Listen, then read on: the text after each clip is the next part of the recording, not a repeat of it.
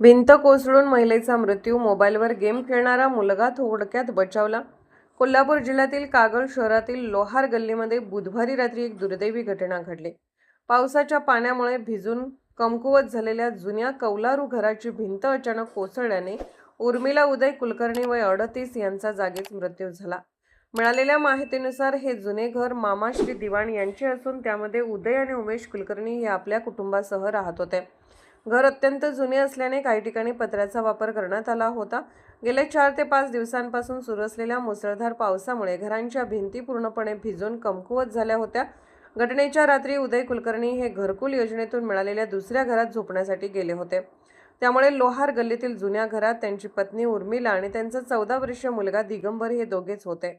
रात्री सुमारे 10:45 घराच्या मध्यभागातील मोठी भिंत अचानक कोसळली. भिंतीसोबत छतावरील लोखंडी पत्रे, पोटमाळा आणि मातीचा मोठा ढिगारा उर्मिला कुलकर्णी यांच्या अंगावर पडल्याने त्या ढिगाऱ्याखाली दबल्या गेल्या.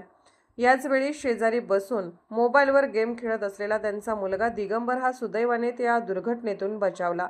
मोठा आवाज झाल्यानंतर परिसरातील नागरिकांनी तातडीने धाव घेत ढिगारा हटवण्याचा प्रयत्न केला.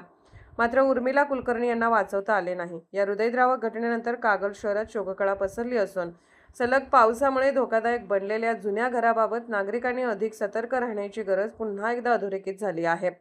अशा जुन्या आणि धोकादायक इमारतीमध्ये राहत असाल तर वेळेत सुरक्षित ठिकाणी स्थलांतर करा आणि प्रशासनालाही याची माहिती द्या.